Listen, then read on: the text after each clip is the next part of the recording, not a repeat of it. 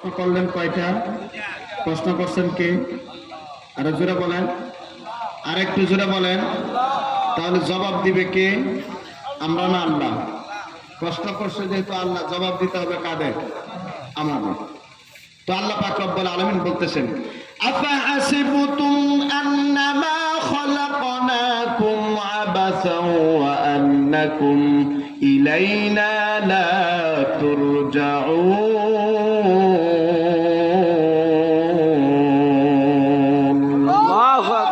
আল্লাহ পাক রব্বুল আলামিন দুনিয়ার মানুষদেরকে ডাক দিয়া বলেন, এরে দুনিয়ার মানুষ, তোমরা কি মনে করেছো আমি আল্লাহ তোমাদেরকে অনর্থক সৃষ্টি করেছি? তোমরা কি মনে করেছো আমি আল্লাহ তোমাদেরকে অনর্থক সৃষ্টি করেছি? এবং তোমরা কি মনে করেছো আমি আল্লাহর কাছে ফিরে আসবে না? এইটা কি তোমরা মনে করেছো? ও বাজান, বুঝে থাকলে বলেন তো, আল্লাহ কি আমাদেরকে অনর্থক বানাইছেন? আরেকটু জোরে বলেন, অনর্থক বানাইছে? বলে আল্লাহ পাক রব্বুল আলামিন আমাদেরকে অনর্থক বানায় নাই। শুধু আমাদেরকে না, এই যে আসমান, এই যে জমিন আল্লাহ বানাইছেন, এই আসমান আর জমিনের ভিতরে যা কিছু আছে, আমার আল্লাহ কোরআনুল কারীমের মধ্যে সূরা সাদের 27 নম্বর আয়াতের মধ্যে আল্লাহ জানায় দিলেন, ওয়ামা খালাকনাস সামাআ ওয়াল আরদা ওয়ামা বাইনাহুমা বাতিলা।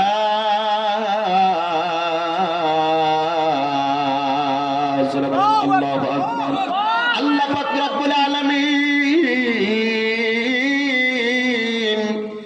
দুনিয়ার মানুষদেরকে ডাক দিয়ে বলেন, এরে দুনিয়ার মানুষ, এই যে আসমান আর জমিন, এই আসমান আর জমিনের ভিতরে যা কিছু আছে, কোনো কিছুই আমি আল্লাহ অনর্থক বানাই নাই। ঘোষণা কার? আরো জোরে বলেন কার? এই যে আসমান আর জমিন, চন্দ্র সূর্য গ্রহ নক্ষত্র গাছপালা তরুলতা পশু পাখি যা কিছু আছে, আল্লাহ বলেন কোনো কিছুই আমি আল্লাহ অনর্থক সৃষ্টি করি নাই। এখন প্রশ্ন করতে পারেন, হুজুর আসমান আর জমিনের ভিতরে যা কিছু আছে, এই সব কিছু আল্লাহ কেন বানাইছেন? আর আমাদেরকে আল্লাহ কেন বানাইছেন? এই প্রশ্নের জবাব জানার দরকার আছে না নাই? মুহতারাম হাজিরিন, এই প্রশ্নের জবাবের আগে আমি আপনাদের কাছে আরেকটা আল্লাহর প্রশ্ন আমি আপনাদেরকে করতে চাই। আল্লাহ যে বললেন, ওয়া আন্নাকুম ইলাইনা লা তুরজাউন, এর দুনিয়ার মানুষ, তোমরা কি মনে করেছো আমি আল্লাহর কাছে ফিরে আসতে হবে না? একটু আওয়াজ দিয়ে বলেন তো, আল্লাহর কাছে আমাদের ফিরে যাইতে হবে কি হবে না? আর জোরে বলেন, হবে কি হবে না? মিনহা খালাকনাকুম ওয়া ফিহা নুঈদুকুম ওয়া মিনহা নুখরিজুকুম তারাতান উখরা।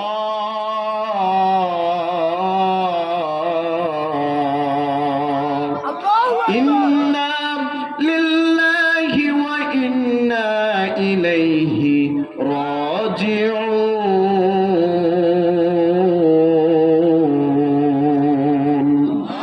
আল্লাহ পাক রব্বুল আলামিন একটা নয়, দুইটা নয়, অসংখ্য অগণিত আয়াতের মধ্যে আল্লাহ জানায় দিলেন, আরে দুনিয়ার মানুষ, নিশ্চয় নিশ্চয়ই তোমাদের আমি আল্লাহর কাছে ফিরে আসতে হবে। কথা কোন ঠিক কিনা? তাহলে এখন প্রশ্ন করতে পারেন, হুজুর আমরা জানলাম আসমান আর জমিন, এই আসমান আর জমিনের ভিতরে যা কিছু আছে কোনো কিছুই আল্লাহ অনর্থক বানাই নাই। তাহলে আমরাও যেহেতু আসমান আর জমিনের ভিতরে আছি, তাহলে বোঝা গেল আল্লাহ তাআলা আমাদেরকেও অনর্থক বানাই নাই। এবং আমরা এই কথাও বুঝতে পারলাম আমাদের একদিন না একদিন আল্লাহর কাছে ফিরে যাইতে হবে। কথা বলেন ঠিক কিনা? এখন প্রশ্ন করতে পারেন, হুজুর আল্লাহ যেহেতু আমাদেরকে অনর্থক বানায় নাই, আসমান আর জমিনের কোনো কিছুই আল্লাহ অনর্থক বানায় নাই, তাহলে আল্লাহ আমাদেরকে কেন বানাইছেন? আর আসমান আর জমিন আল্লাহ কেন বানাইছেন জানার দরকার আছে না না? চায়। মুহতারাম হাজিরিন, এই যে জানার আগ্রহ, জানার একটা আগ্রহ আমাদের ভিতরে সৃষ্টি হয়েছে, এই জানার আগ্রহটা শুধু আমাদের ভিতরেই না, বরং এই জানার আগ্রহটা সাহাবীদের ভিতরেও ছিল। তাহলে জানার আগ্রহটা কার কাজ? সাহাবীওয়ালা কাজ। যারা বলেন কি ওয়ালা কাজ? সাহাবীওয়ালা কাজ। এক সাহাবী আল্লাহর নবী বিশ্ব নবীকে প্রশ্ন করলেন, ইয়া রাসূলুল্লাহ, ইয়া হাবিবাল্লাহ, ওগো নবীজি, আমরা আপনার কাছে জানতে চাই, আল্লাহ পাক রব্বুল আলামিন আসমান আর জমিন, এই আসমান আর জমিনের ভিতরে যা কিছু আছে, এই সব কিছু আল্লাহ কেন বানাইছেন? আর আল্লাহ আমাদেরকে কেন বানাইছেন? ও নবীজি, আমরা আপনার কাছে এই বিষয়টা জানতে চাই। এবার আল্লাহর নবী বিশ্ব নবীজি সাহাবীদেরকে ডাক দিয়ে বলেন, ও আমার সাহাবী, তোমরা ভালো করে শুনো, আল্লাহ পাক আসমান আর জমিন কেন বানাইছেন, আর তোমাদেরকে আল্লাহ কেন বানাইছেন? এবার নবীজি হাদিস শরীফের মধ্যে জানায় দেয়, ওয়াকালান নবী সাল্লাল্লাহু আলাইহি ওয়াসাল্লাম, আদ-দুনিয়া খুলিকাত লাকুম ওয়া আনতুম খুলিকতুম লিল আখিরাহ। আল্লাহর নবী বিশ্ব নবীজি সাহাবীদেরকে ডাক দিয়ে বলেন, আরে সাহাবীরা, আল্লাহ পাক রব্বুল আলামিন এই যে আসমান আর জমিন, এই আসমান আর জমিনের ভিতরে যা কিছু আছে, সব কিছু আল্লাহ বানাইছেন তোমাদের জন্য, আর তোমাদেরকে বানাইছেন ওয়া আনতুম খুলিকতুম লিল আখিরাহ, আর আল্লাহ তোমাদেরকে বানাইছেন একমাত্র আল্লাহর গোলামি করার জন্য। জোরে বলেন কার গোলামি? আরো জোরে বলেন কার গোলামি? আল্লাহ। গোলামি করতে হবে কার? ইবাদত করতে হবে কার? আল্লাহর গোলামি ছাড়া, আল্লাহর ইবাদত ছাড়া অন্য কারো গোলামি ইবাদত করা যাবে না। কথা বলেন ঠিক কি না? এইবার আমরা এই জবাবটা জানলাম নবীজির হাদিস থেকে, নবীজির জবান মুবারক থেকে। তাহলে আমরা আপনাদের কাছে জানতে চাই, নবীর কথা মানে কার কথা? আরো জোরে বলেন, নবীর কথা মানে কার কথা? মুস্তাফা হারগিজ না গুফতা তানা গুফতা জিবরাইল, মুস্তাফা হারগিজ না গুফতা তানা গুফতা জিবরাইল, জিবরাইল হারগিজ না গুফতা তানা গুফতা রব্বুল জলিল। জোরে বলেন আল্লাহু আকবার। শায়ের বলতেছেন, মুহাম্মদুর রাসূলুল্লাহ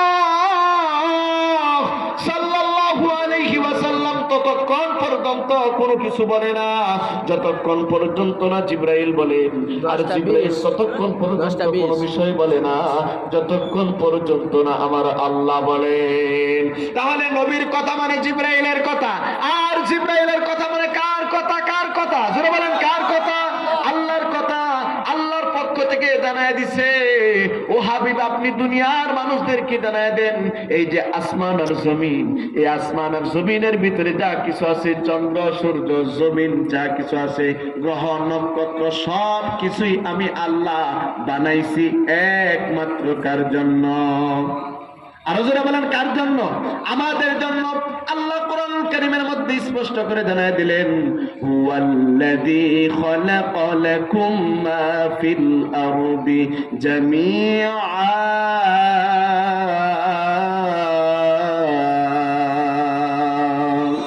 আল্লাহ পাক দুনিয়ার মানুষদেরকে জানায় দিলেন, আরে দুনিয়ার মানুষ, আমি আল্লাহ রাব্বুল আলামিন এই যে জমিনের পৃথিবীর যা কিছু আছে, এই সব কিছু আমি আল্লাহ বানাইছি তোমাদের জন্য।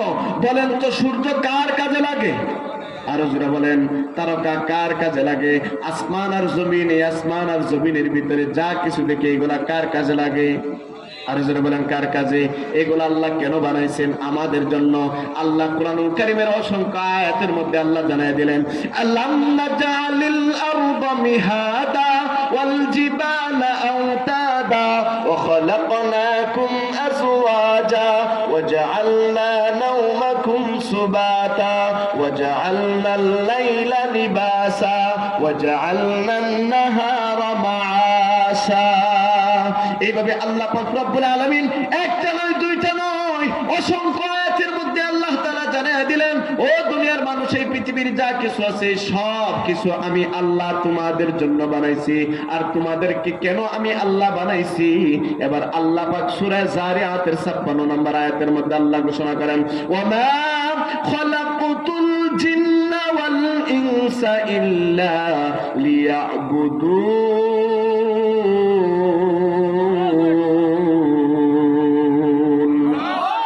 আল্লাহ পাক রব্বুল আলামিন দুনিয়ার মানুষদেরকে ডাক দিয়ে বলেন, ও দুনিয়ার মানুষ, আমি আল্লাহ তোমাদেরকে এবং জিন জাতিদেরকে আমি আল্লাহ বানাইছি একমাত্র আমি আল্লাহর ইবাদত করার জন্য। জোরে বলেন কার ইবাদত? আর জোরে বলেন ইবাদত করতে হবে কার?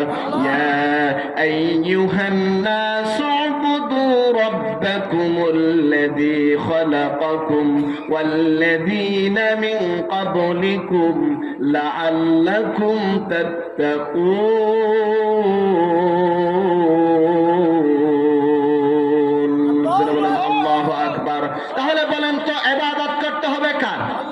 আরো জোরে বলেন কার? রবের। আমাদের রবকে। আরো জোরে বলেন আমাদের রবকে।